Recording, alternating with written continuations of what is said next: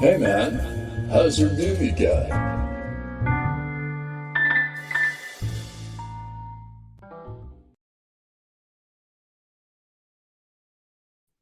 Fine, thank you. Thanks. See you guys next time. No, I'm kidding. That was comedy. By the way, we have somebody in the green room. Paul Pate, hang on a second. I'll be with you in one moment. Get your hat ready, please. It's mandatory. Mm. But for those of you that haven't seen this show or wonder who I am or why are you here, for one, I mean, don't you have anything better to do? But I mean, if not, then you're in the perfect place. My name is Jim Lujan, and I'm an award-winning animator and creator. And there's my award. And I'm making a feature-length animated film called The Full Fungus. That's right, The Full Fungus. It's crazy. It's a crazy movie. I'll tell you a little bit more about that in a second. And this is kind of my process diary. I kind of show the progress I've been making, some new updates, things like that. Um, and That's why it's called "Hey Man, how's your movie going?" Because that's what people want to know. And if you don't know, it's showtime. G Hodge says it's showtime. It's going to be showtime. So, hey Chris, how's it going? Look, it's Jim. It is Jim. So today, in a little bit, I'm going to bring on Paul Pate. Last episode, by the way, I do these episodes semi bi-weekly. I think I did one last week. I'm not sure. I know Gary was on, Gary Hodges, creative DVSM. Go look up DVSM on Instagram and such. Um, he was on last week because I used Gary as a sounding board. Hey, Gary, what do you think of this idea? I'm going to do this, and kind of get his reaction. And then Paul Pate on the flip side, Paul Pate, I turn to him and go, "Hey, Paul, I did this already. How do you like it?" And so I get various honest reactions from both. So, and then it doesn't matter because I'm going to do whatever I want because I'm a grown ass woman. Um, so one of the things I wanted to update this week, I have some new animation I'll be showing a little. This weekend was a great weekend for progress on the film. Leanne and I went to a coffee shop in Pasadena that we go to, um, and she had some work to do, and I had some fun work to do. So I got to work on my film for like 3 or 4 hours, and we had coffee, and it was really good environment. It's a really nice place, and parking's free. And I love working. I love working in coffee shops. By the way, um, I have one. It's a local place out here where I live called Starbucks, and I like to go there. And what I do is I camp out in the corner. There's a corner with a big glass partition, and they're making coffee on the other side, but you're kind of tucked away from the crowd, but yet you could see the whole environment and all the activity going on. And I really like that. But I don't like to I don't want people to come up to me and go, "Hey, what are you working on?" That happened one time. But but that was Corey Kerr. He came up to me and I'm like, "Corey, come on. Why did you drive all the way out here from Idaho just to say that to me?" That was really weird. Now go home. But anyways, but that's kind of where I'm at. I have another update, a process update that I'm going to show you guys, because making a feature length film animated does require a lot of planning and well, perseverance, but it requires a lot of forethought. Is that a word? Forethought? Lots of forethought in this, and five thought, up to seven thoughts. But anyways, I don't know if I've ever seen Jim in a white shirt. Well, you've never seen me out of a white shirt either. I like that. But this is a self-portrait, by the way, that I purchased. Um, well, I'm gonna bring on my comic relief Paul Pate right now because I need to relieve myself comedically all over Paul. So, drum roll, please. Don't do that. Okay, hat on head. Hello, Paul. Howdy. Hey, man, how's your movie going? Thank you for asking. It's What are you working on? well, it's on a little project I got going called Dinosaurs versus Fungi. This But is the future of battle. yeah, no, it's going great, Paul. It's going great. I think the last time we talked, I also have something in my sketchbook that I want to grab a little bit later. So at some point, I might give you full screen access to promote yourself. Yeah, I was going to ask you, can you put yourself up in the corner here? It's Yes. real small and make me much bigger. Here, let's try this. Hoping you can do that for me. How do we do this? I want to talk about my there's good. No, that's not what Paul wanted. This. No, he wanted. How do I make Paul the main guy? Gosh dang it! Watch, I'm gonna just accidentally. Can I make you the main guy? And then you have to put me over where you are, and then slide me over there, and then like this. Mm-hmm. Wow. Okay. Bada bing. I'll just be like this. Yeah. Hi, guys. Well, anyway, what I want to now, can you mute yourself, please? Yes. I know, right? All right. I hear you. I'm back. All right. Oh, this is. Gary says nobody puts baby in the corner. By the way, enough with the jokes, because I don't know if you know this, but when I host a show or go on a show, there's not room for jokes. There's not going to be jokes. We're going to have a serious adult conversation. About what? Right, poop. So Paul, I want to let's talk about the full fungus. Let's talk about the full fungus, because that's why you're here. Because there's people want to know what's going on with the movie. They're talking about it a lot on the streets. I got my ear to the streets. So, so this movie is going to be approximately 70 minutes long. Uh-huh.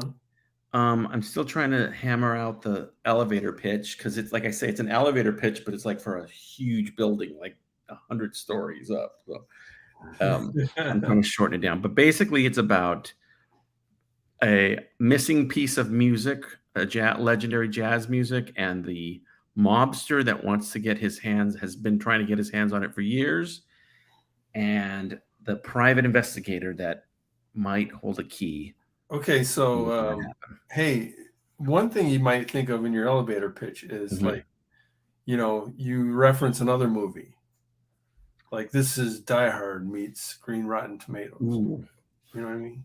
Yeah, what would this be? So like, what's that movie with John Travolta where he plays Chili Palmer? Get Shorty. Get Shorty, yeah. This is Revengeance meets Counterclockwise in Foreverland.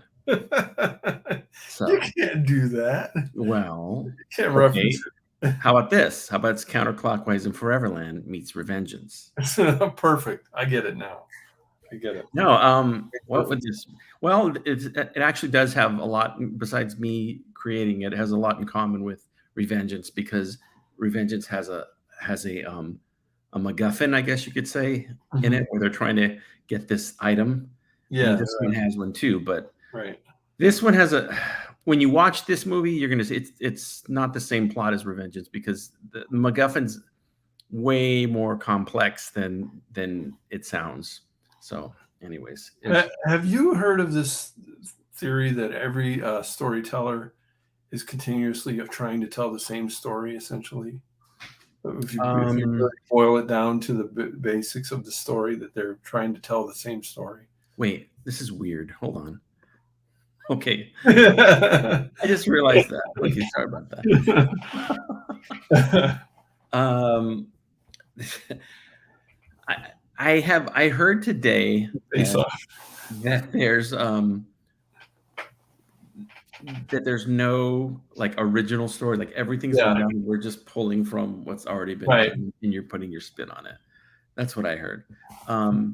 I also look, if you came over and I made a pie and I put a whole stick of butter in it, and then I put a bunch of blueberries and then sour cream and the best crust ever, you'd be like, "It was the greatest pie." But I didn't invent it. But Right. and there might be a name for it, but it's the pie So that you pie. I call it the Paul Pate Sleepy Time pie. And then you fall asleep. And then who knows what happens.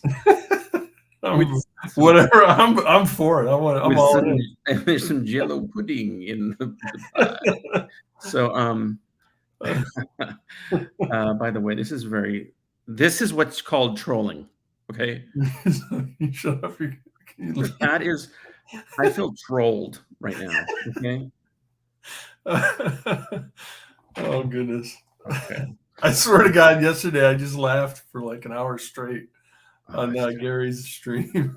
yeah, so I popped in on Gary Hodges' stream, and we had a really adult mature conversation as About usual. goats. Okay, so this movie, 70 I'm aiming for it to be like 70 minutes long, Mhm. and, it does require you can't just ad lib the whole movie, you know? So I do have a blueprint of where it's going. I was telling our friend Gary, it feels like I'm going through this like video game land and things are getting rendered as I get closer to them. Like I Right. know there's a castle there, but I'm not sure exactly what the Yeah. castle looks like. But as I get closer, it gets rendered, you know? Yeah, like the In Google this way, Maps. and The Google Maps when the little road comes down, it there gets you full. go. Yeah. So yeah, exactly. I'm clicking on the Google Maps and so um by the way, Gary is the goat. Yes. Um so yeah, I know where the story's going. I'm not, in fact, I know exactly how it ends and everything, and I know a lot of the things that happen in between, but I'm totally leaving myself room to change and turn Right. left when I thought I was gonna go right, you know what I mean? But as Yeah. long as I stay on that path, I know where it's, if the path might go like this, but it's gonna end up over here. Right. So, by the way, that happens a lot in the movie for no reason. The characters all of a sudden go. It's like when you're on Google Maps and the road goes like. Yeah, exactly. So I've never heard of Google. What is this? Anyways, I'll have to Google that. So, but anyways, so I want to show you the new method I'm kind of using right now. I'm going to show you. This is an exclusive. Yeah, I'm curious what you mean by new method.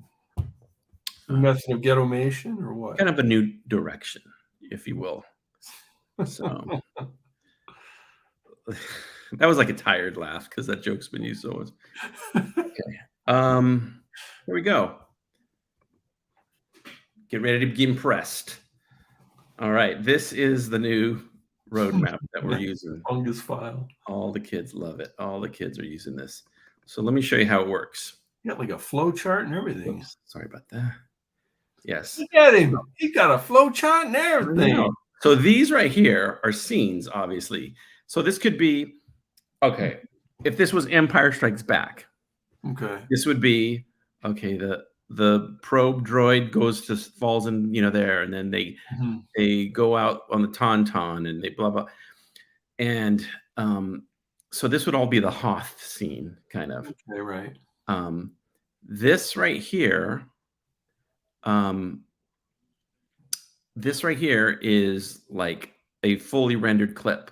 This is a fully rendered shot. This is a fully rendered shot. This is a fully rendered. Like these are all fully rendered shots, reaction shots. This guy's talking to guy, and then to go back a little bit, if this was Empire Strikes Back, this would just all be the opening probe droid scene.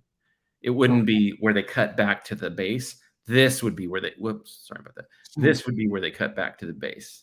Right. Yeah. I'm always curious as to how you break them down. Yeah. So what distinguishes? I'll give you a specific example.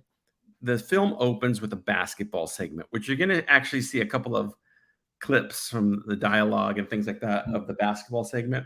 All right. But all of the basketball segments here. Okay. And then the next scene that you're going to see in it is an office segment at a warehouse, and that's all here. So this could be like its own little cartoon, basketball cartoon. This one could be office cartoon.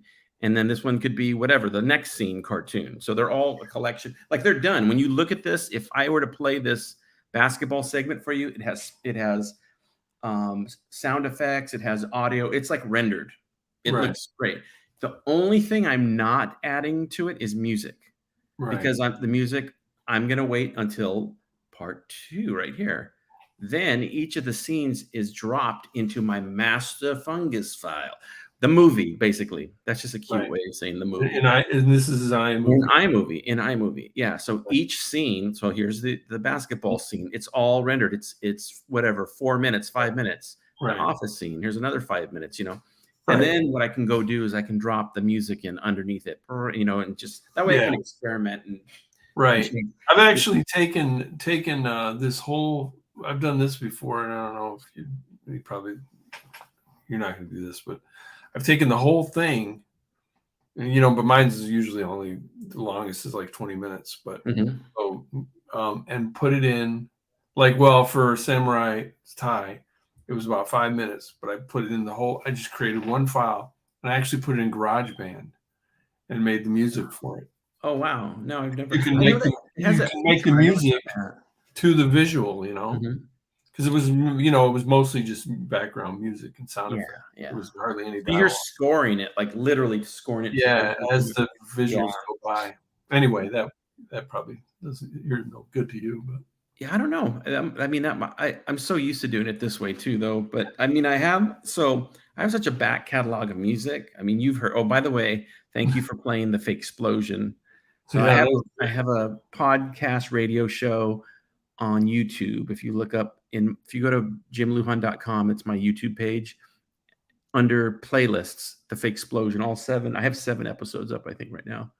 But it's just those are collections of music that I've done, fake bands. Music from my films, clips from the films. It's all audio stuff. Yeah. But I have so many songs and stuff like that I want to use some of them in this movie. And there'll also be brand new music in this movie.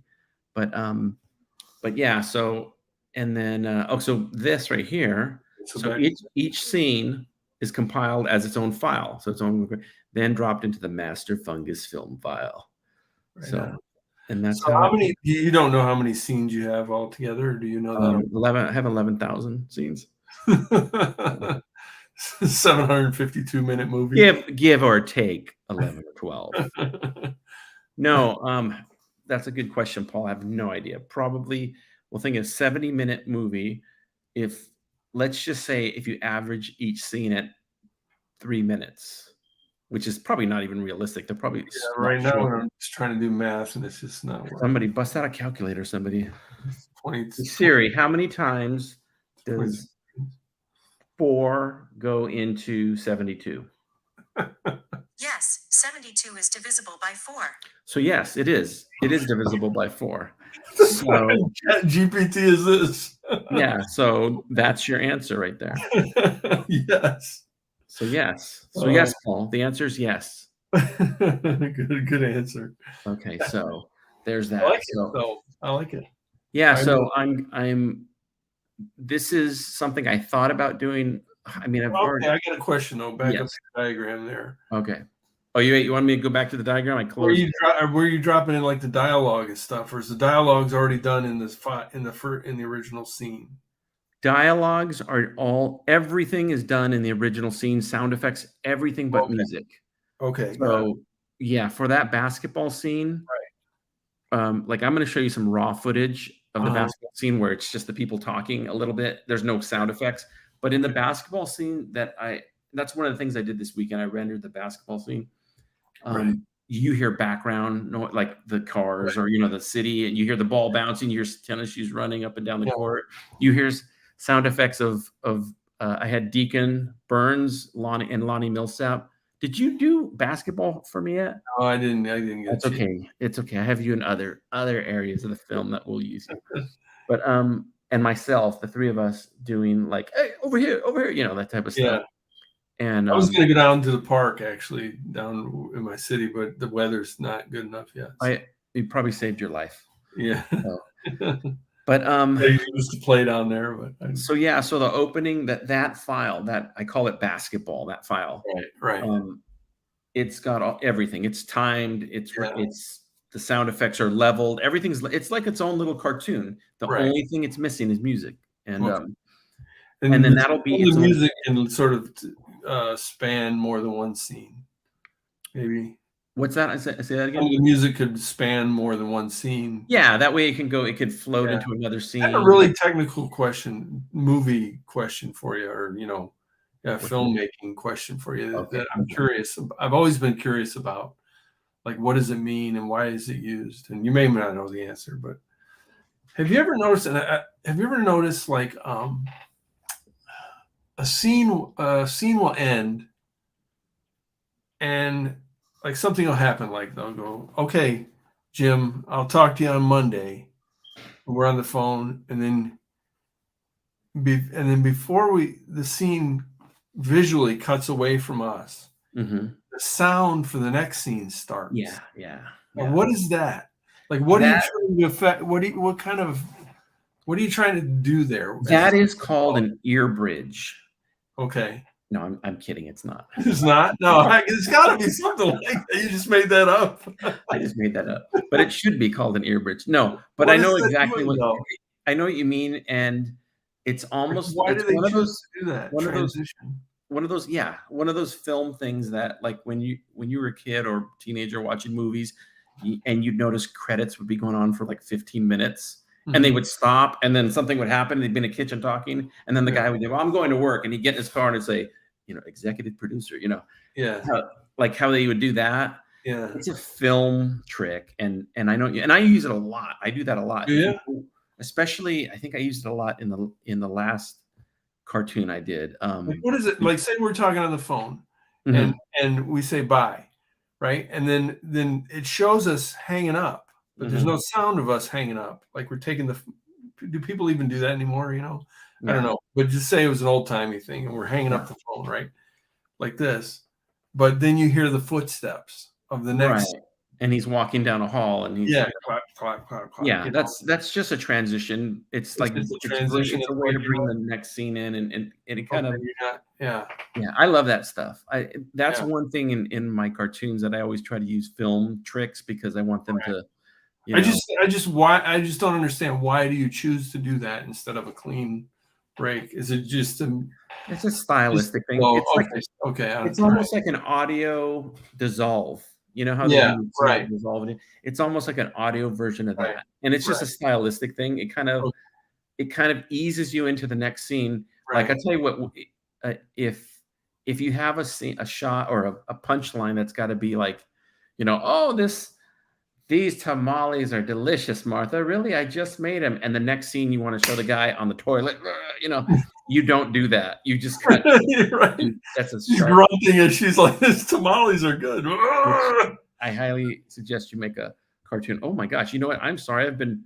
I have been. Oh, remiss in the comment. I haven't even showed Ken Mora float like a butterfly, sting like a bee. I'm just posting that comment out of context because it's so it just sounds random. But if you look at the chat, it makes so here we'll just leave this one up for a while.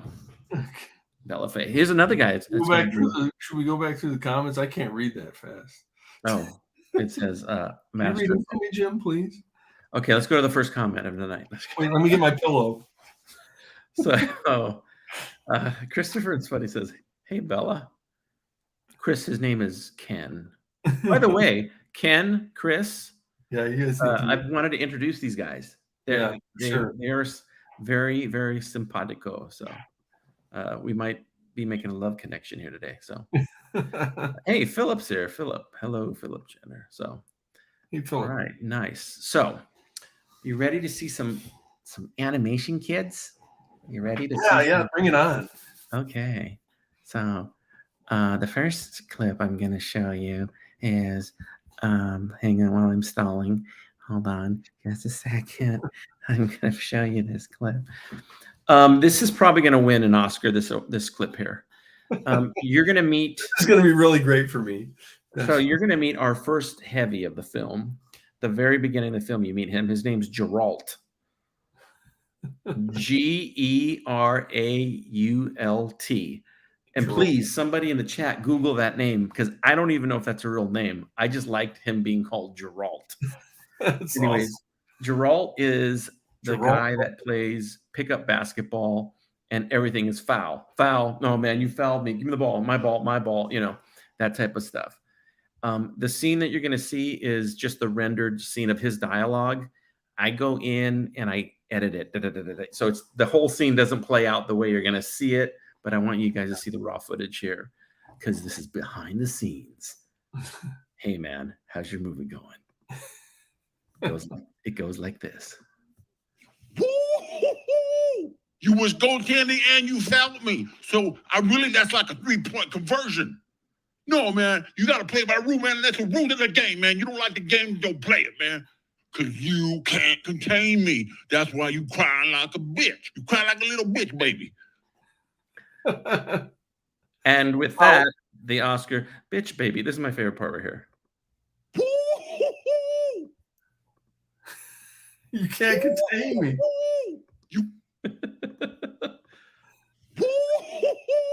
He's doing like the jersey, the thing. Yeah, he pulls the jersey. So it cuts back and forth with clips of the other players going like, "Come on, man," you know, and then one player stepping forward going, "You can't always call a foul," you know, and it intercuts. But that's a little segment. There's some other stuff that happens that's a little bit more violently aggressive. So, but it all has something to do with the story, and he comes back later in the story for a little thing. Geralt. Has anybody looked up Geralt?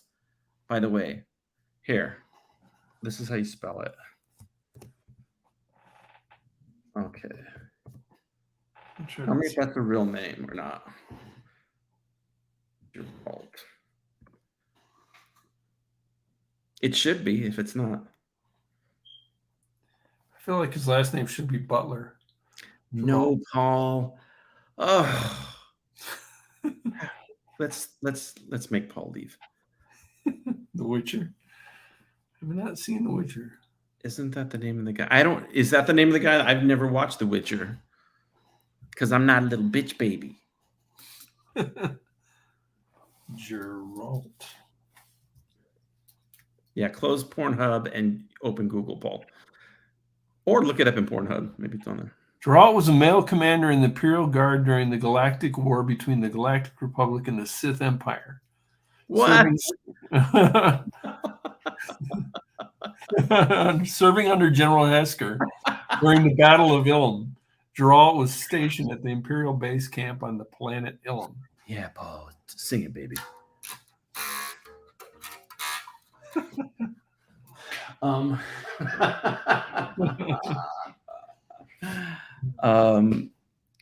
Wow. So Star Wars is going to sue me now.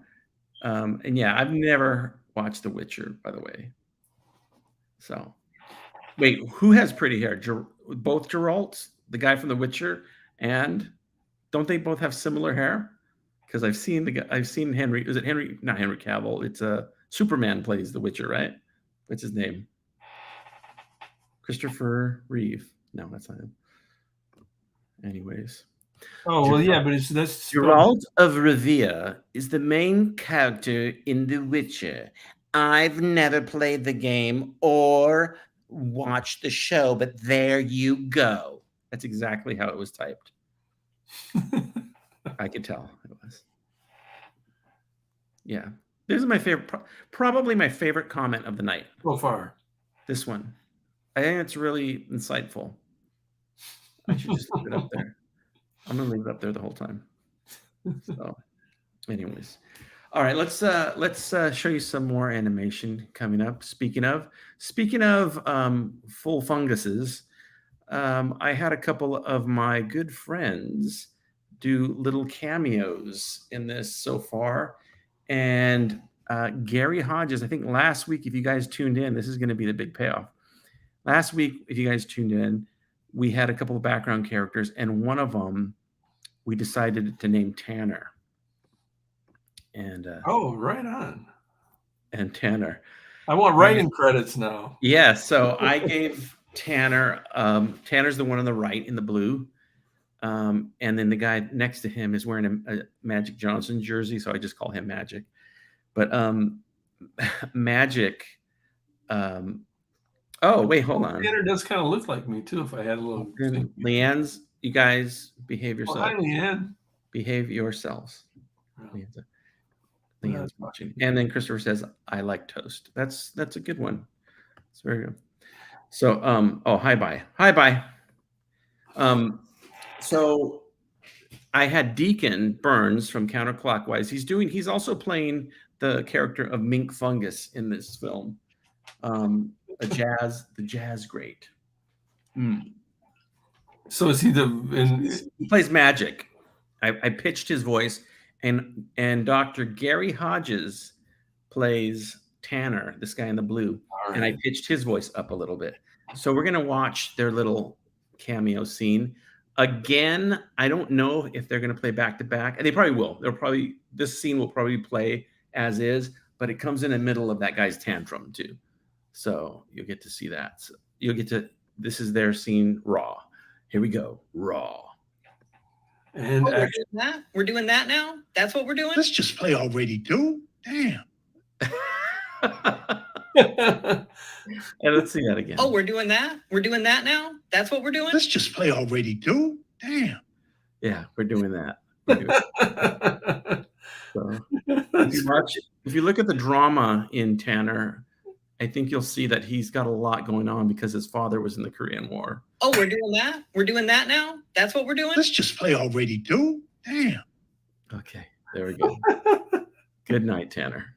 I call that scene Tanner Magic. So, let's see. What do the critics say? They say amazing. Yes. Oh, we're doing that now.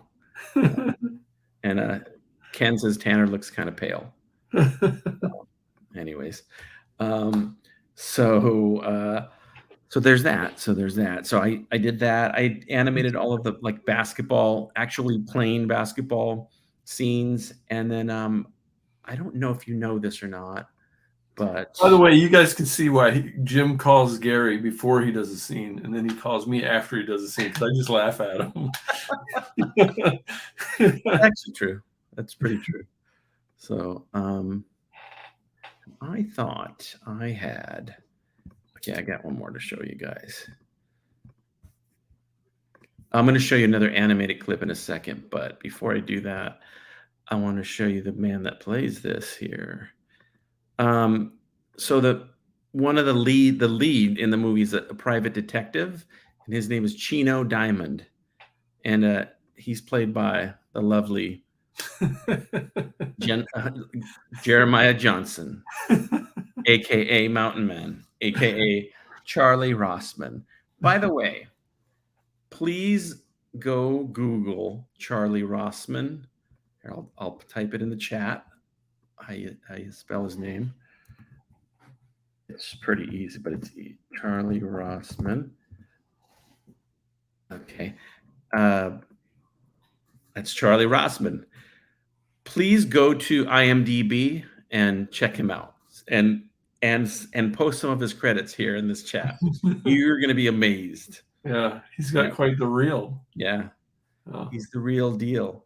Charlie's great, and I saw Charlie last week and last Tuesday, and we went to dinner, and it was a mature adult conversation, and we talked all about the film, and he's really excited to be in it. I designed the character after Charlie, but it's like an alternate dimension version of Charlie. Does he have the beard?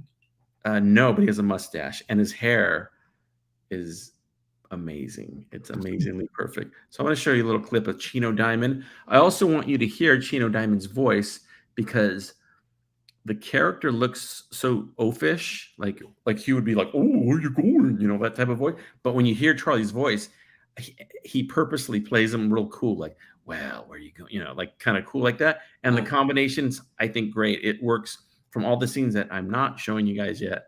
It's really working. Like, I'm very, very happy with it. It's one of those characters that I'm really excited to like animate and show you guys. So here is a scene with Chino Diamond, another Oscar winner scene. Oh, by the way, this scene, he is scoping out Geralt, who's playing basketball, and Right. he's on an insurance fraud, type thing. And Right. Geralt's supposed to be injured from work, so he's taking pictures or he's videoing him. And here's what he says. Well, looky here. Seems like someone's back's healed pretty damn well. It seems you made a miraculous recovery from your debilitating back injury. Thank you, Jesus. Uh-oh. Yeah. So, Looky here. Seems like someone's back's healed pretty damn well. It seems you made a miraculous recovery from your debilitating back injury. Thank you, Jesus. So what intercuts in while he's talking is a shot of Geralt going like he's to the basket and stuff. So and there's music. And, is Geralt going to teabag anybody? I'm sure he is. I'm sure he's done that. But here the critics have spoken. Thank you, Jesus. So it's great. Yeah. So look and right there, Gino Diamond.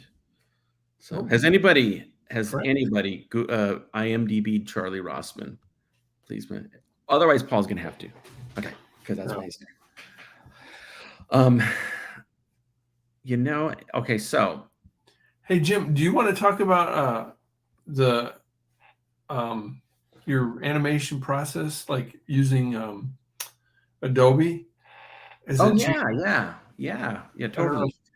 So you mentioned you mentioned all the exploration we did with like talking yes. about. Good point. So about a month and a half ago, probably before we started I started any of the animation production on Full Fungus, Paul sent me a message, a private message, and it said, like, check your mail. It was like really, really ominous. Like, what? And I went and I checked your messenger or something, and I checked it, and it was a link to this software called ToonSquid that's for the iPad. Yeah. And you can fully animate on your iPad.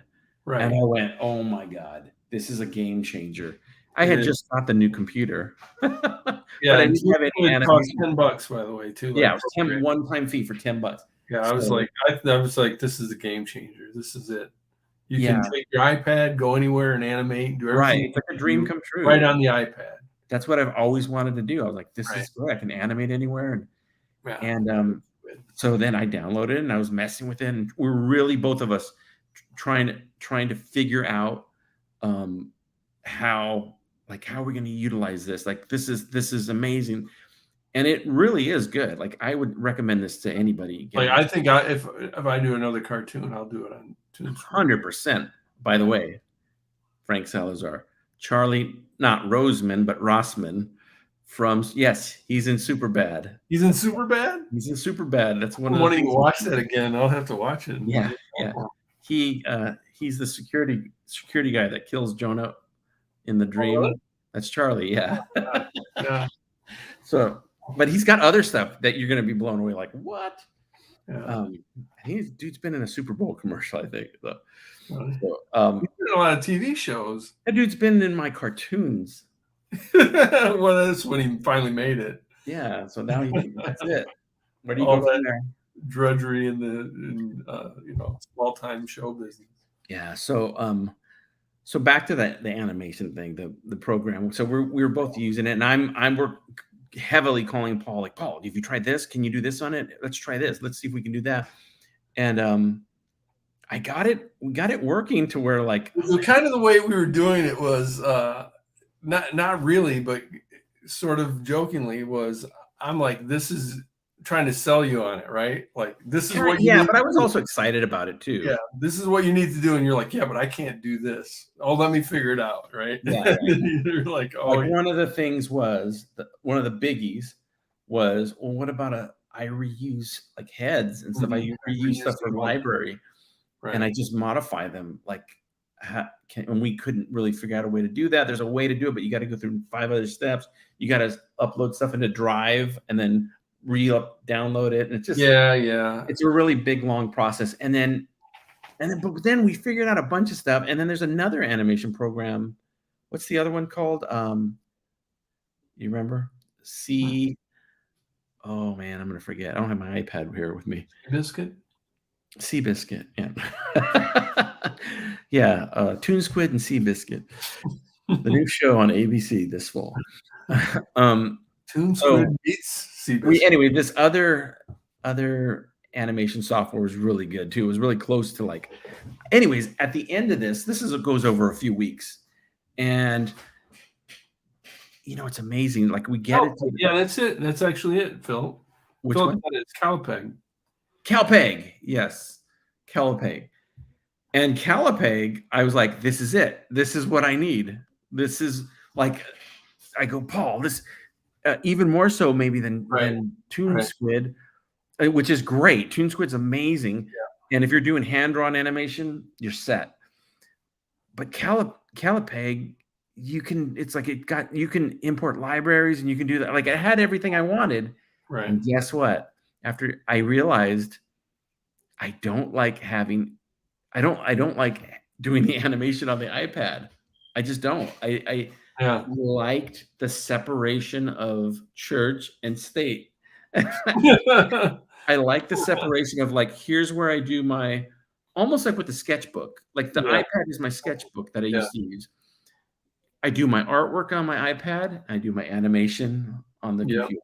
And the music on the computer. There's something to it, man. I'm telling you, like when I sit in my big giant beanbag chair and I draw and I get all my little tools, my undo and my pens and my paint bucket and all those items that I use continuously. Mm-hmm. I got it down. Yeah. If I bring it down here and I set it down on my desk, and I'm trying to do like a straight Saturday morning cartoons thing. Uh-huh. Just the ergonomically, there's a different environment or whatever. I'm just slightly slowed down.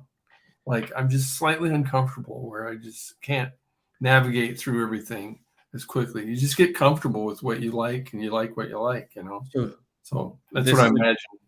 So Ken asks a great question. So I had always been anti-Adobe, not anti the actual product, but anti-paying for it. Like, man, I don't right. Man, it's ridiculous, I was so mad. But a couple of things. One, Ken, I realized when you get when you get what you want, you never want it again. When you get what you want, you never want it again. Go on, take everything. I want you to. Nobody gets it. It's Courtney Love. So, anyways, Paul, you only know old school funk. So, yeah. All right. So, anyways, I don't know it. You want the truth, Christopher? I'll tell you the truth. Can you handle it? So, I just realized I didn't want to animate on my iPad. I just didn't. It felt. It's not something I could have gotten used to it, but I just really like the idea of taking the iPad is dedicated to. I don't do music on the iPad. I could do music on the iPad, but I don't because I like the idea. That's my art station. I use it for certain things. My art station, it's my, what else? I do have a drum machine on the iPad that I use, but even that I import into the computer, so it's like, I don't know. That's what I realized. And so once I had that mindset, I had to figure out, okay, how am I going to do Adobe? I don't want to pay the $50 or even really $20. Then I called them up one day and they gave me a really good rate if you prepay for a year. And a rate that I'm very happy with. So I sold out and you know what? I'm super happy with it. Just today, I was I was using Flash before. I was using CS3 Flash to move my elements around. That's all I used it for is an editor to move things around, Yeah. Yeah.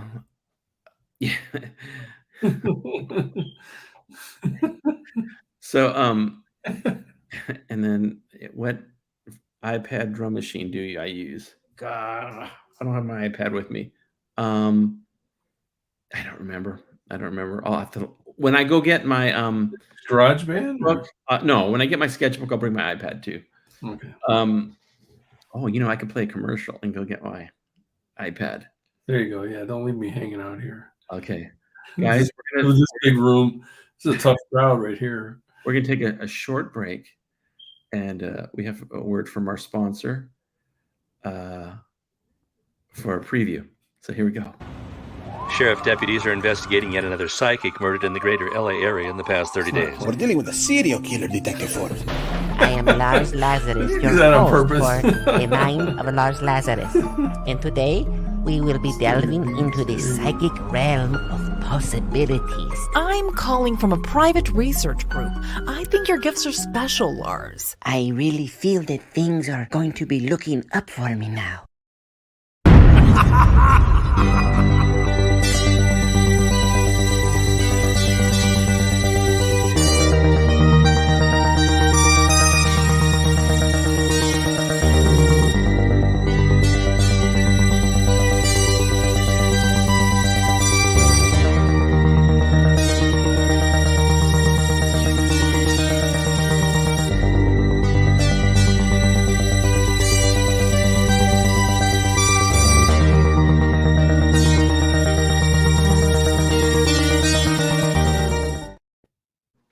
Well, hello. Hi, guys. Welcome back to the show. So here, Paul, I'm going to show you for a second. This is the drum machine, by the way. Somebody asked. The DM1. This is one of the drum machines, but I love this drum machine because it has a really good variety of beats. I can make any beat I want.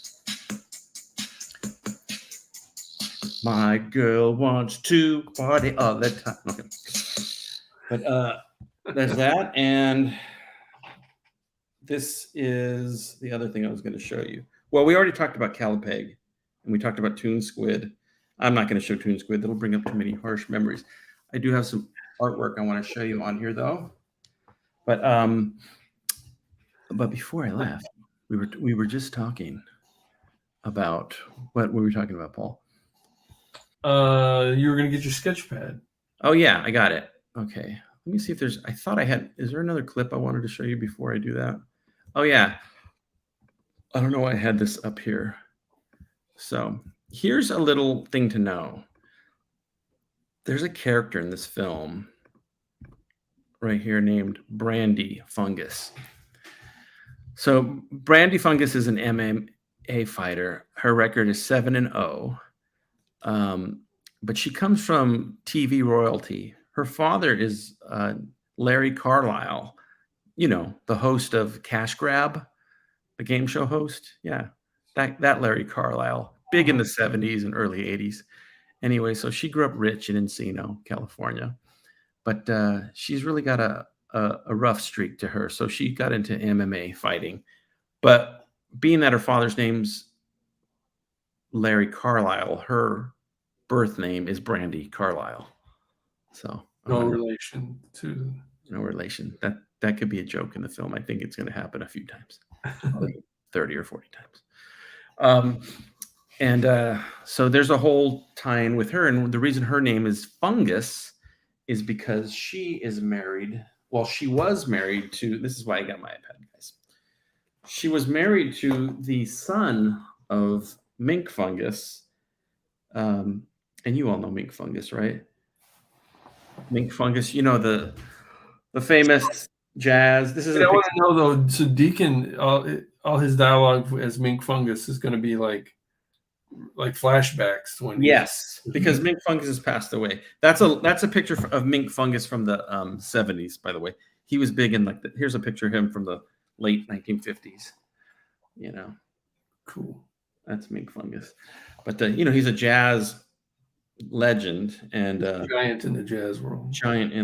But I wanted to show you a picture of his son, Walt Fungus, also played by Deacon Burns.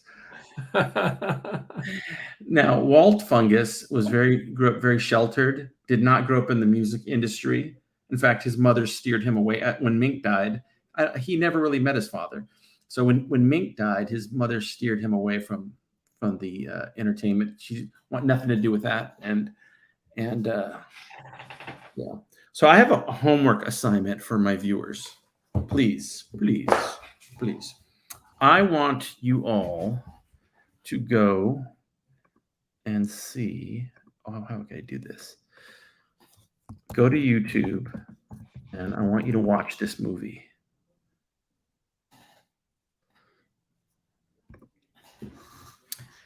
You must go to YouTube and watch Seven Smiles, because there's a link between Seven Smiles and the Full Fungus. And that link is a character named Emilino Kowiak, half Italian, half Polish mobster from New York City, who in Seven Smiles takes place in 1982. By the way, the lead character in Seven Smiles is a hitman named Jose Cabrera. I remember that. Yeah. And like, wait a minute. What? Kowiak. Like Carlisle. Yeah, Kowiak is the mob boss in that. Right. And Kowiak in that film in 1982. Let's do the math, Paul. If in 2023 he's 101 years old, right? How old would he be in 60? Hey Siri, if you're 101 in 2023, how old are you in 1982? I found this on the web. It just says go fuck yourself. Oh God, Siri. How old is that? I don't know. It's go fuck yourself. That's how old it is. That's how many years it is. The voice of this Kowiak character. I'm doing the voice too. Yeah. So. What did you say? Is he Russian, Polish? I think he's like Polish. In my mind, so like Warsaw dialect. No, in my mind, his father is Polish and his mother was Sicilian. Okay. So, he doesn't have an Italian accent or anything. But Walt Fungus goes full fungus in this movie. Yeah. Have you guys? I want to know who out there has gone full fungus. You know? Yeah, I got that cleared up a few weeks ago. Oh, that's good. Yeah. Is she blood related to Brandy the singer? I don't know. Maybe Larry Carlisle is related to Brandy Carlisle, so she might be a distant cousin. Yeah, they met on Larry. They did like the 23andMe thing, and I think Brandy Carlisle watches this show. So Frank's dad met Mink Fungus at a club once. Who did? Frank's dad. Wait, where's this at? He says my dad met Mink Fungus at a club once. Oh, he did. Wow, that's great. Those are memories that Frank, you get a gold star. You stumped Jim on that one. 51. So I guess right? Does that seem about right? Yeah. So so he's 51 in Seven Smiles. Oh, let's get it. He's 102 now. Huh? Banner. So you can go here and watch the film. So and then you can go here and give me money right now. Give me your money now. Give it. Okay. And and then we have more comments. I'm sorry. Okay. So I the first episode, I think I showed this character here. I'm going to show you a picture of Larry Fungus. By the way, I'm playing Larry, the voice of Larry Fungus, the game show host. Larry Carlisle. That's what I said, Paul. I said Larry Carlisle very clearly. Might I add. Look at this guy. Oh yeah. Shame. Oh yeah.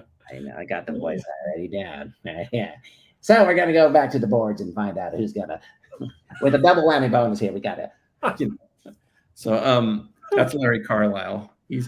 So Larry Carlisle. Here we're gonna go into a little bit of this. This is all deep story stuff. Only one other human being knows what I'm about to tell you. His initials are GH, and I don't want to. It might be George Michael. It might be, but I have not shown this art. This is the bonus you get from watching this show too. So Larry Carlisle, since the early 70s, has been a very hard partier. You know, he's married, but like doesn't respect his marriage. He's also quite the coke fiend and gambling addict, huge gambling debt, and he owes a huge debt to Kovac. He's for years off and on. You know, sometimes he's up, sometimes he's down, and when this movie takes place, he's still in debt to him. But Larry Carlisle had a buddy, a partner in crime that he ran with for years and years, especially during the 80s, all of the 80s and the 90s and into the aughts. And this guy was a TV weatherman.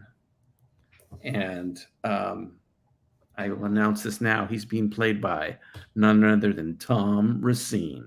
That's right. This TV weatherman. Tom hasn't even seen this picture yet. You guys are seeing this before. This is again, I do renderings of the characters and I draw them once. I draw them once and then I just use wait, so you don't do like full turns on them? No. Well, no. When I do the final versions of them, like Chino Diamond has a front, side, back, for the head. And that's really, I take my time when I do those. Like I do those because I'm going to be using them over and over. But like when I did the original sketch of them, it's just really quick. Like it's I catch. And this guy, again, there's no color in this, so he looks kind of creepy in this, but you'll get the gist of it. But this is Mitch Breeze, the Action 3 weather, So, that's awesome. Yeah, this is Mitch Breeze. And he is just a womanizer as well, coke fiend, just the whole bit. And they get into a lot of trouble together. And there's a whole thing that drives the story that's related to him and Larry. And there's just a lot of hijinks in this. I talked to Dr. Hodges the other day, and or was it you? Might have been you, Paul. We're saying, is it like this meets that? This story meets this story? Or was that during this episode today? Yeah, it was like 15 minutes ago, and it seems like a day or 2 years ago. I was talking to this guy. I think it was Paul at the pier. It's way back when we were chatting. A long time ago, but well, it shows you where my head is. Oh, here again. I'm going to show you the first and only character design I did of Chino Diamond. This is the first. No, this is the second one. Hang on. Oh, here it is. Here it is. Minutes in the future. The first. I know. I genuinely thought that wasn't you. I thought I was like, I was talking to somebody the other day, and okay, hang on. Here we go. This is the very first and last character design of Chino. Like this is the one that I did of him. Oh wow, that is great hair.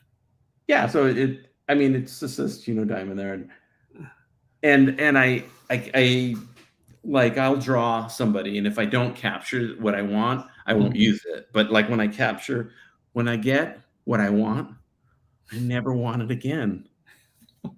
So, and all the hat PATE. Hey, I like to Luhan binge. Yes, very nice. Yes. I'm going to read this comment blind. I don't know what it says, but I'm just saying. By the way, Jim, thank you for using the maple leaf background in StreamYard for the okay, because it's Canadian Frank. Yeah, hey, Canadian Frank. Yeah. So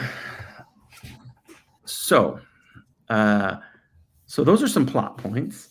Here's a little correction from the first episode. Larry Carlisle at one point at the very first kind of draft of this, not that I've done a draft, but he was going to be the love interest for Brandy. Her name was going to be Brandy Carlisle in this, and his name wasn't Larry Carlisle. It was always Larry, but I wasn't sure what his last name was going to be. And then early on, I mean, right after probably I did the Like first, these two are going to be banging, but then you're like, we're knocking it out, Paul. You know, like, yeah, right. And then you're like, no, that's her dad. Well, yeah, because Creepy, man. well, the whole reason I did that, and I'm sure kids will study this in film class hundreds of years from now, but the whole reason I did it is because there had to be a reason that, and without giving away the plot, but there had to be a reason that they hire Chino Diamond to find Wilt Fungus. That's very early on in the movie. That's kind of one of the central plot points. Right. Is his name Walt or Wilt? I said Wilt. I clearly said Wilt. God. You want me to stop arguing with you? Clean your ears, man. And do not rewind this video. Whatever you do not rewind this video. Okay. I don't know why this is funny, but it is funny. Larry. I don't know why. So making Wilt Fungus the ex-husband of Brandy. By the way, they have a baby. That was always in the cards. They always had a baby. But making him the ex-husband, that gives me the one I can name her Brandy Fungus, which I really wanted to because I like that name. And then 2, I can make her maiden name Brandy Carlisle, and when that makes the father Larry Carlisle. And when I heard that, I'm like, that's perfect. A game show host name is Larry Carlisle. Like that sounds like a car salesman, right. Game show host, you know. Right. Yeah.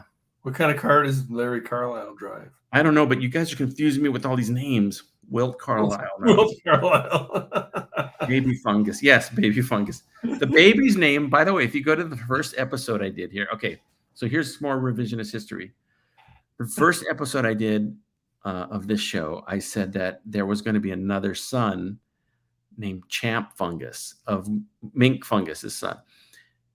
It was going to actually be the father of Wilt Fungus.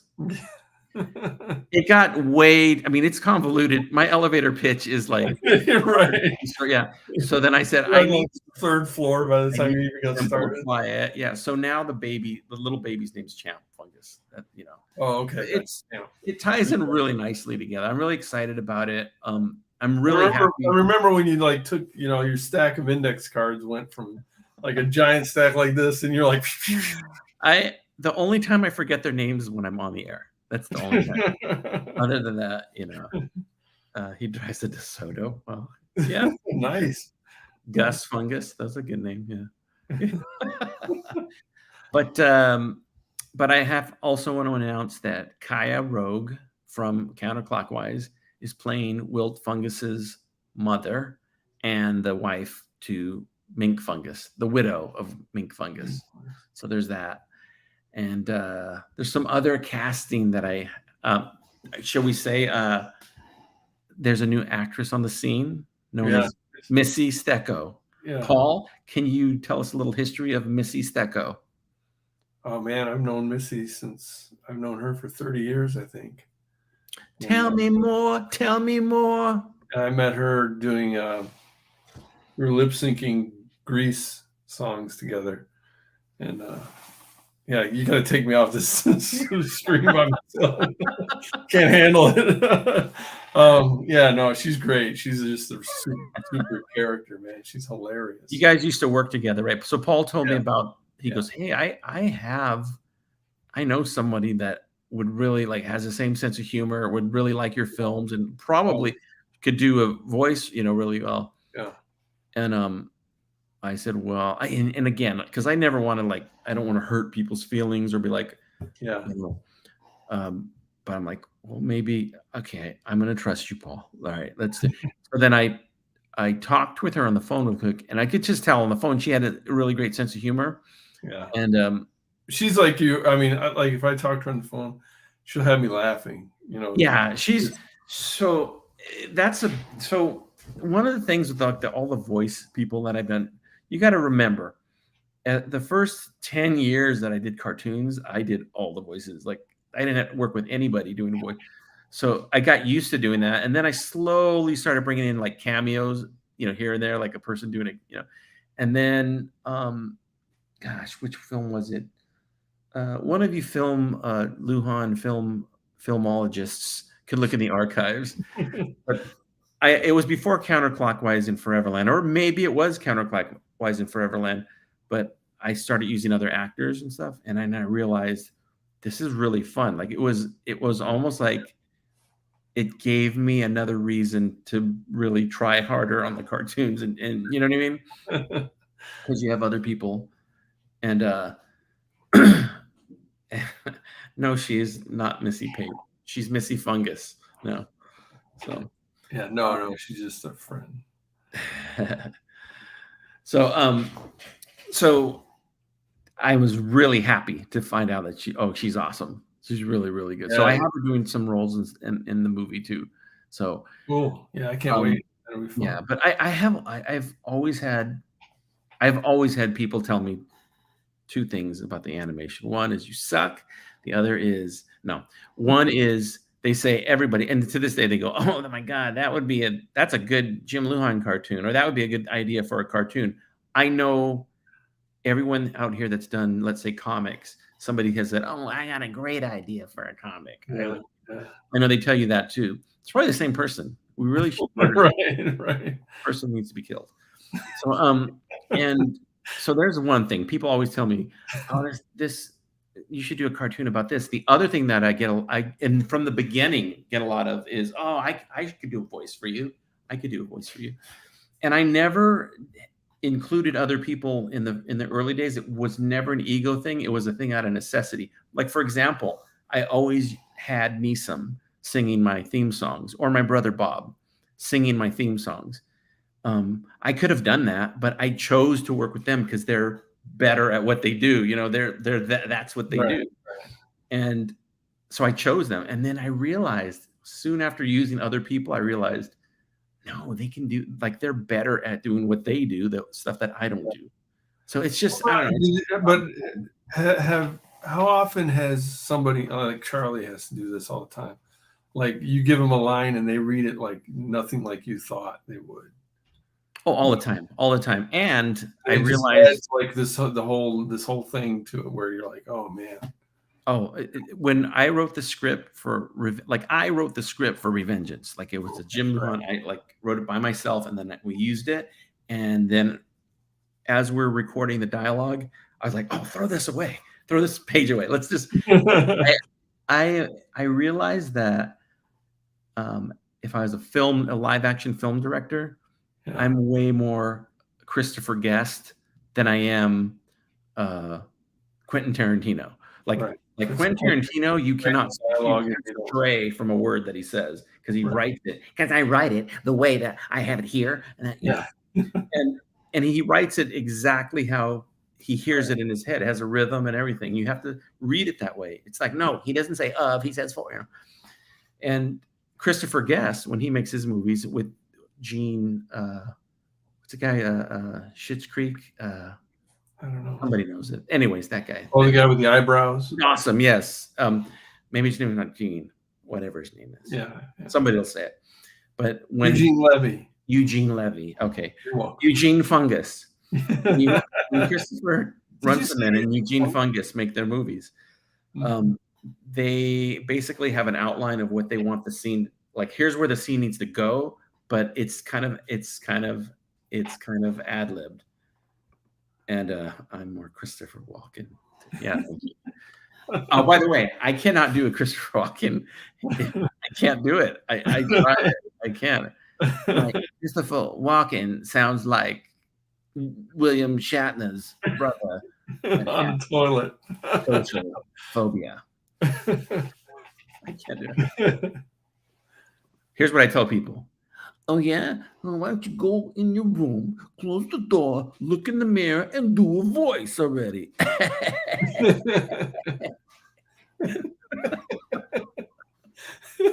No, but I get a lot of offers for people to do voices.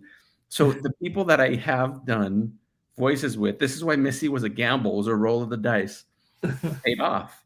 The people that I have worked with in my films, it's 100% out of, it's not out of like desperation or like I need somebody to do this. it's because it's like I want them to be in the film. Like they bring something that, like, you know. Well, so she recorded some voices for one of my cartoons, and I never used it or never finished it, and so I was able to send you those, and you were able to get a listen to them before. Yeah. I mean, yeah, and I trusted your yeah. So say this as Christopher. Potatoes. I don't know. That's good. By the way, I wish I could do voices. I like this quote. You've got the eyebrows of Norm Macdonald. I do. And they're in my drawer back there. So go lock yourself in a room. Yeah. Rip Norm. Rip Norm. That's it. Rip Torn? Say Rip Norm. Mm-hmm. So did he say Rip Torn? Oh, we're gonna play this. I gotta get my ears. Sound it out. I gotta get my ears examined. Well, yeah. So everybody that I've used in the, and then Charlie, when we do a scene, it's again, it's just like, hey, Charlie, here's what is said. Like sometimes I'll say, Charlie, can you like say this exactly like this because it's important. Like this is how. But Charlie always gives me 2 or 3 versions of it, anyways. You know. Really? Yeah, he's amazing. Like different words and everything, or same? Yeah, like what it's he actually is the perfect work method with me because this is the way he does it. If the line is you know, no respect, like the line is you show that guy no respect. If it's like that, he'll go with his glasses. You show that guy no respect.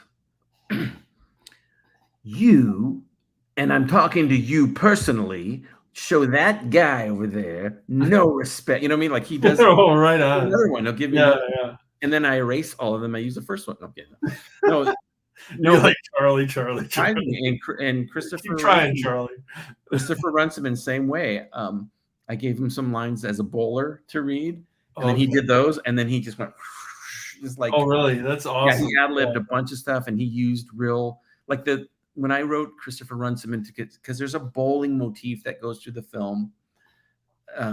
I said, just give me some lines with real bowling terms. Like, don't make it cartoony. Like, don't make it like, you know, whoa, the ball's going down the lane. You know, like I don't want it. It's not animatics. Just give me like a real boring, like.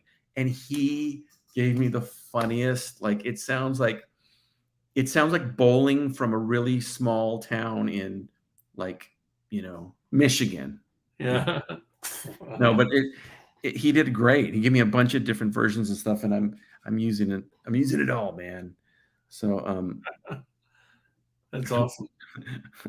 I thought Paul was dead, John. I buried Paul. So yeah, I would like to see like I know you probably can't do this, but like to see like if you don't write the script, what do you write? Like, or do you just have it all in your head? So, for example, like I'll give you Kaya as an example, or even Missy as an example. I sent her like lines of what to say because for one, I don't know how much Missy wants to ad-lib, but then when I sent her the lines, I said, Missy, like read those lines because she knows what she's doing. She knows how to read those lines. She knows how she's going to do them. But I go, but then if you want to ad-lib some stuff afterwards, go for it. Because I can always chop it up and use a little bit here or there. Oh, that's cool. There's a great actor from the American Northwest named Gary Hodges. I don't know if you've ever heard of him. He plays a lot of colleges, a lot of plays, local plays. I didn't give him any lines. I said, just read, here's what you do. And he's just like, oh, really? That's what we're doing? You know, like he gave me a bunch of versions of, like he gave me like 10 or 15 lines like that. So yeah, and the same thing with Deacon too. I said yeah, so I totally I like ad-libbing. I like, so one thing I gotta like major props, and I even put this in the credits too, because I never wanted to be like screenplay only by Jim Lujan. Like nobody else did anything. I don't care. I told when I did Infinity Pool, I wrote in the credits all of the Dr. Jonah radio lines were by Tom Racine because it's the highlight of the movie. Like it's so good. he does like a. For those of you that haven't seen Infinity Pool, if there are any, go to my website. Go to this website here, and watch Infinity Pool. Okay. And Tom Racine does this character named Dr. Jonah, who's a conspiracy, radio host, and he just goes on this long rant, and I just chopped it up and used it, and so yeah. I think you should turn it into a podcast. I'm going to send you all random voice clips now, Jim. And the second part that you can't see is it says ... and they're all on the toilet. So Gary Hodges, is that a baseball player? I don't know, but he is a player. Player. Who is some person? Yeah. And Frank, this guy Frank, he says, this is good. I don't write scripts either. I'm working on it, though. I don't write them because I can't read or write, Frank. So that's something I'm working on. But I'm curious.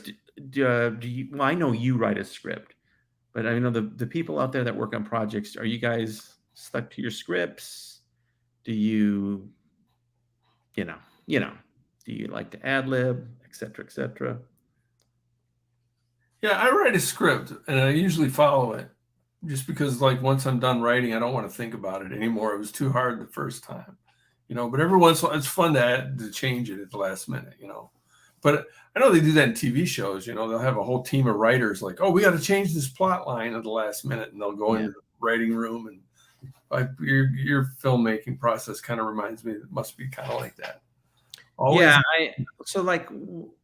What you can probably see is, and I've shown this, and working on a scene at a time now makes this infinitely easier, is that I do the artwork. I'll do the artwork first. I've done that for the last 3 or 4 films. Do the artwork first and then kind of write the script to that a little bit. But, This is a good one. Christopher says, I write my scripts in Braille so that I can sort of feel my way through it. I see. Touche, Ron Simmons. Hey, so this is kind of off topic, but the other day somebody had said, I don't know how I can say this. Somebody liked a cartoon that reminded them of your work, but it didn't remind you of your work. Oh no! How did that make you feel? I can tell you. Yeah. So I had a friend send me a clip of the Teenage Mutant Ninja Turtles. That's what you're talking about? Yeah, that's what it was. Yeah, and they go, this looks like, they were saying, this looks like your work. There were some background characters that do kind of look like my characters, but it's in the way that universally my characters kind of look cartoony, Yeah. And but I like the style of the show and stuff like that. It doesn't look like it's in 3D animation for one, and it looks kind of really cool. But no, I would never in a million years have thought that was like aping my style or something like that, unless there's money involved. Then, God damn it, get my lawyer. Is that you've got enough under your belt where you're not insecure about it, but it just seems like that would be kind of like not insulting, but disappointing, man, this person doesn't get my cartoons at all if they think they're like Teenage Mutant Ninja Turtles, Hold on, I have a Jeopardy joke right now. What is yes, both of them? Question. Ding.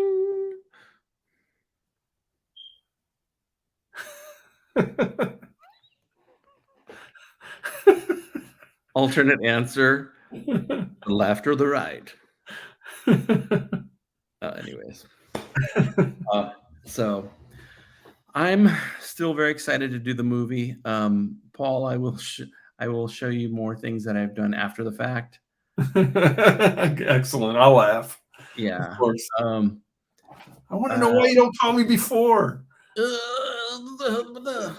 I'll tell you what, I will call you before next time. I'll flip the script. I'll tell Gary after the fact, and I'll tell you before. Yeah. Then if it sucks, you can say it was Paul's idea. Yeah.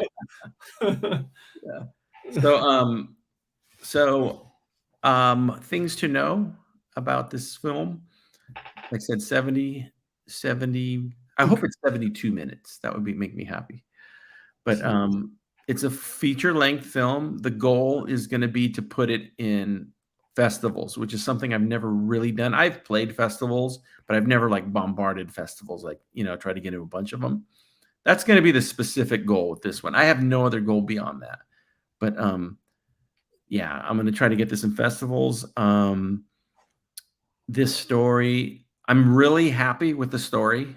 Like the story.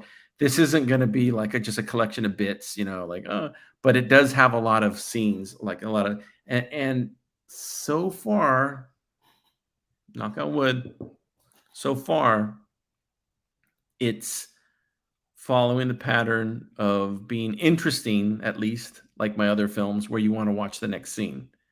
Like, because you guys haven't seen, but I have an edit of the basketball thing that's kind of done. It's pretty much done. Little tweaks here and there, but like it moves. You know what I mean? Yeah, right. It moves really well. It's not too short where you're like, oh, that rushed through. So that's another thing. Working on a feature is great because you can give things room to breathe. So the film opens really, really well. I'm happy with that. And then I haven't done the office scene. I haven't done that yet. I need to record some dialogue for that. I'm playing a character in that. And then Charlie's got to record his dialogue for Chino Diamond for that. I'm going to record a lot of dialogue for Charlie, and then people will catch up. Like if I'm doing voices, I'll do the voices that. Do you have pretty much all your characters? You know who all the characters are, or is this something? No, not at all. Add characters in. Again, that's when they're rendering themselves as they're coming through. Right. I have right now. I know I have Koviak. I have Koviak's like right-hand men. Right. There's a hitman involved in this. I have him.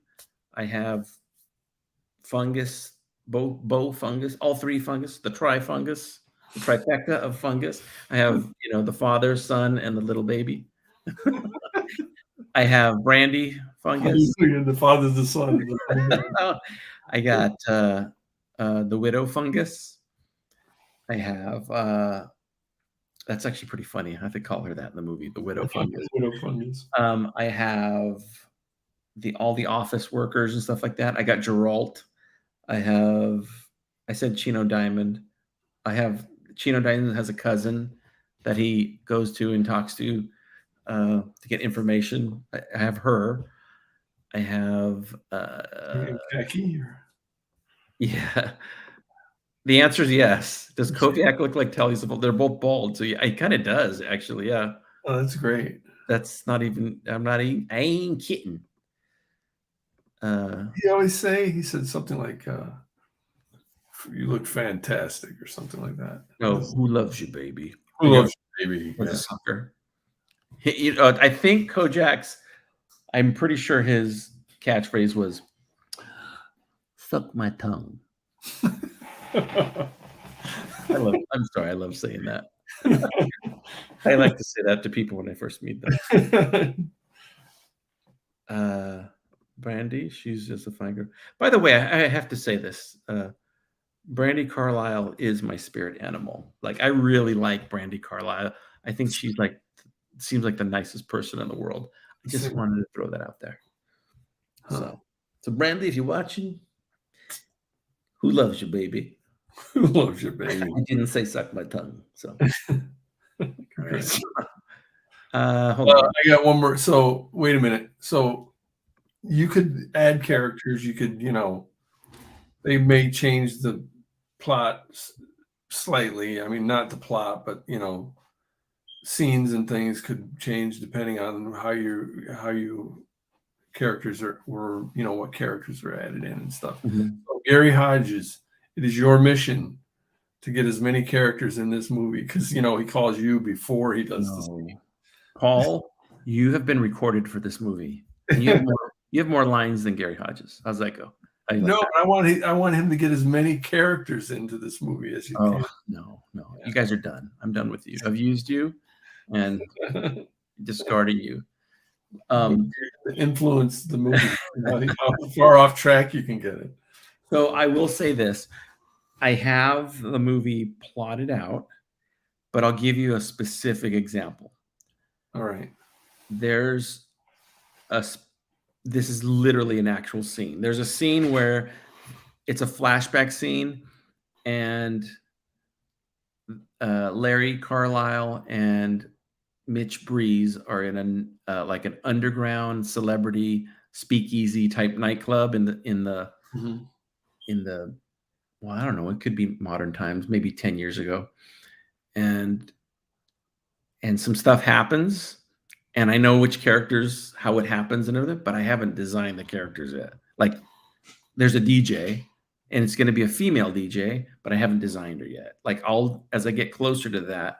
And what's kind of cool about that is, as I'm making my way there, I know it's around the corner, but start thinking of or it. you know what, or it could turn out I do this, like, I might decide, this is one of the cool things about doing it a scene at a time.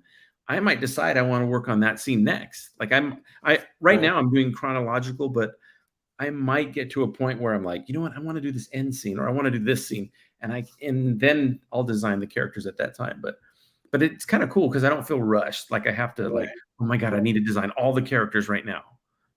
As things change, and then I might create a character. Like, I wouldn't want another character like Geralt in the film.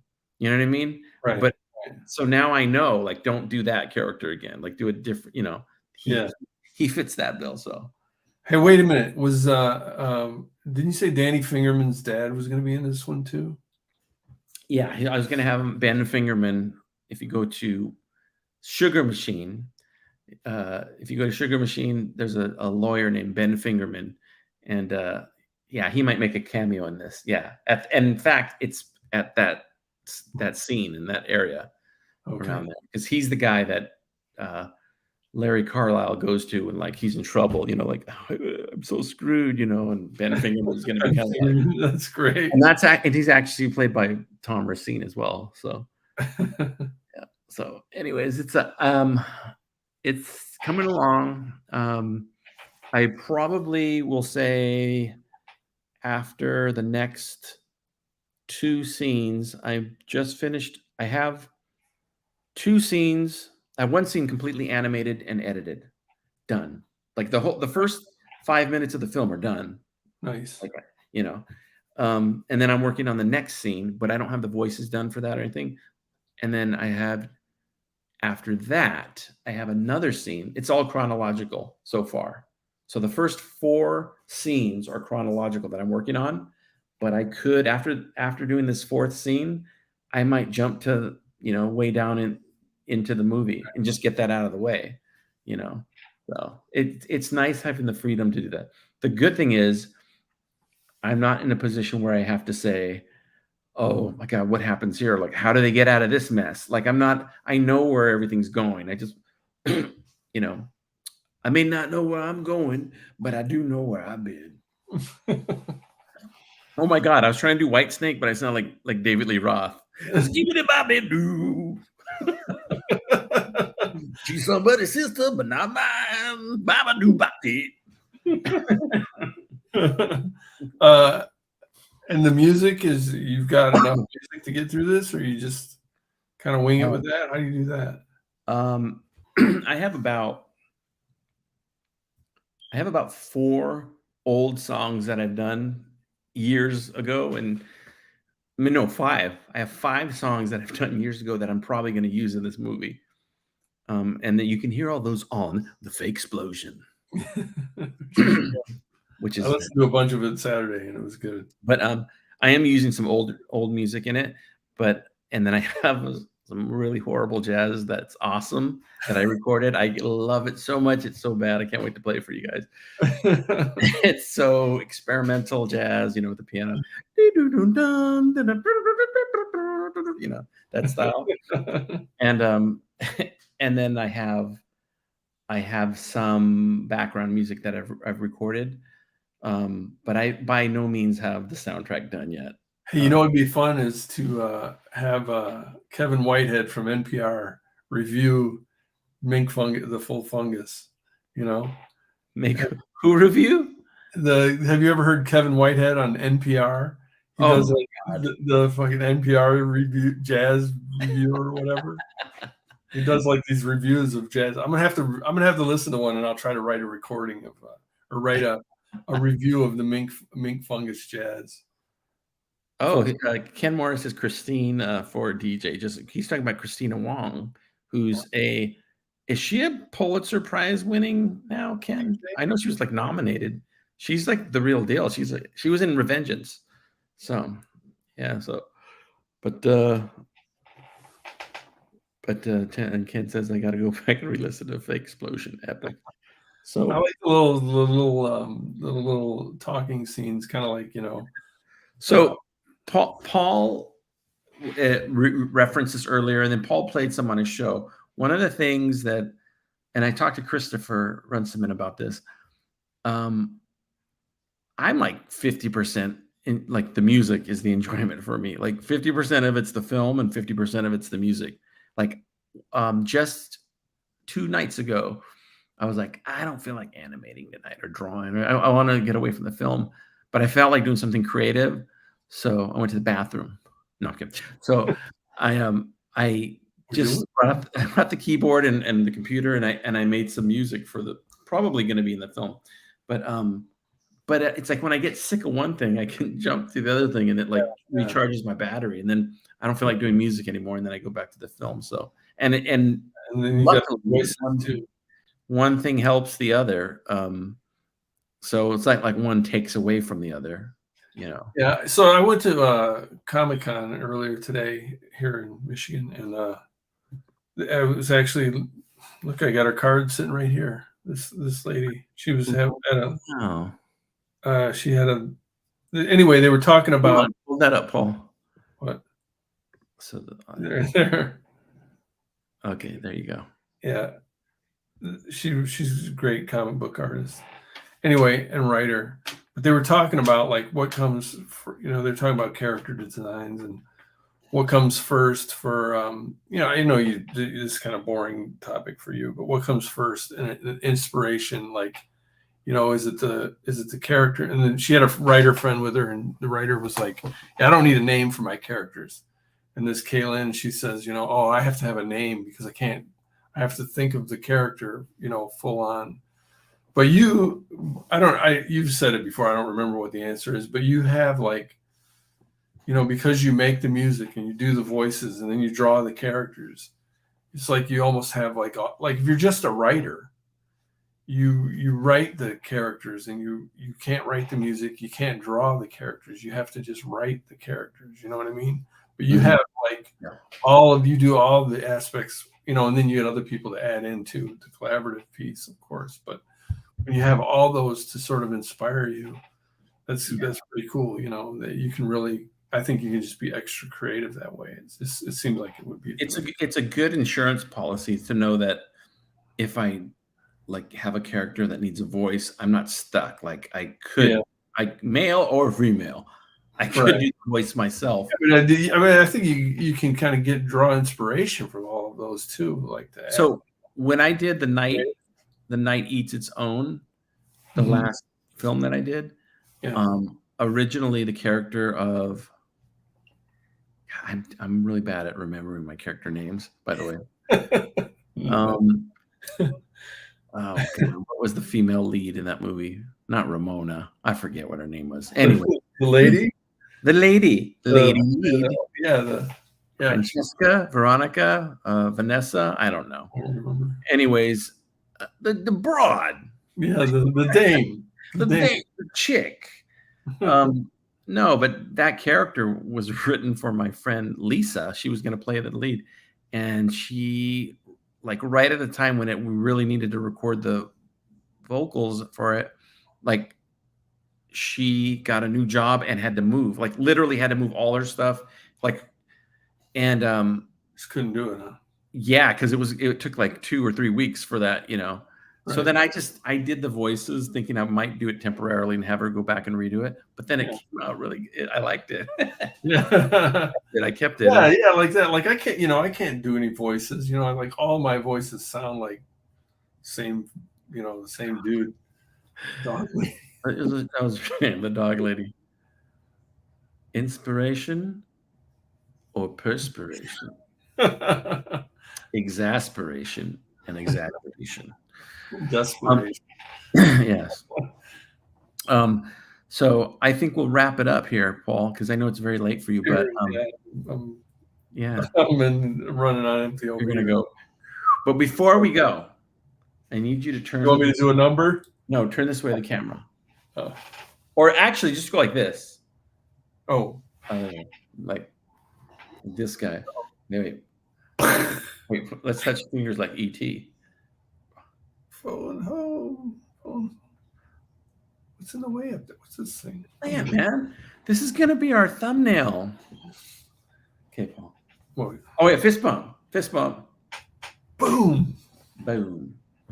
Now do jazz. Do one more. Ready? Now do jazz hands like that. Dun dun.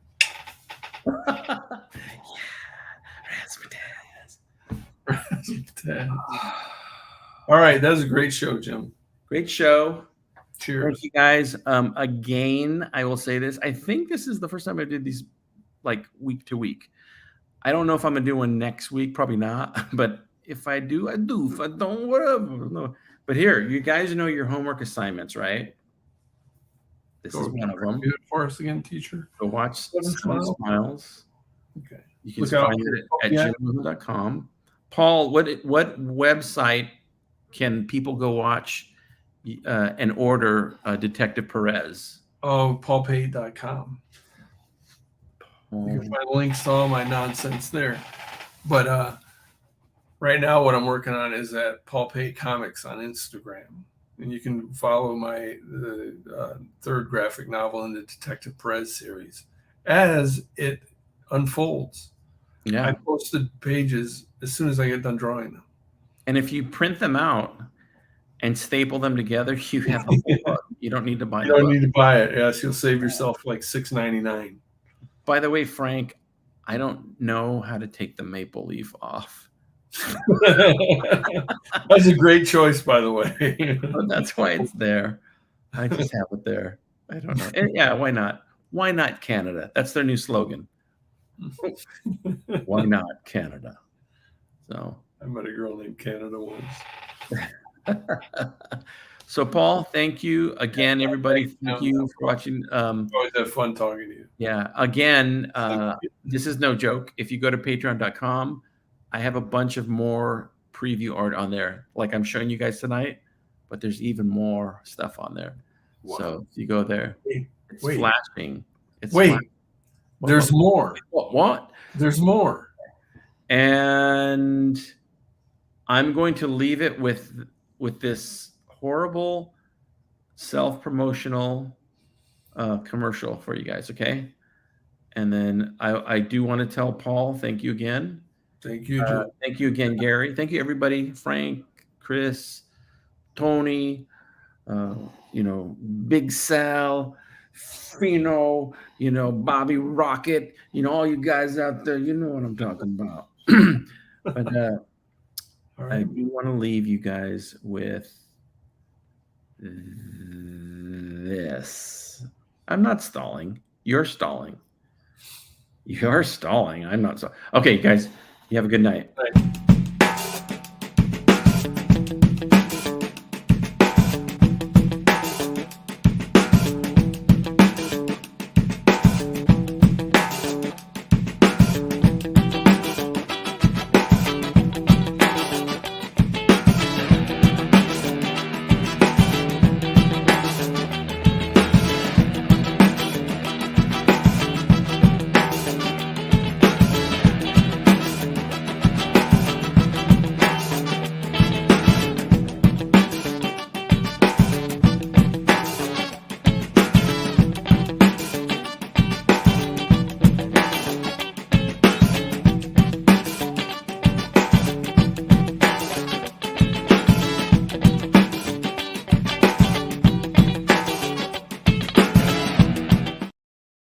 Good night, everybody. Good night, everybody.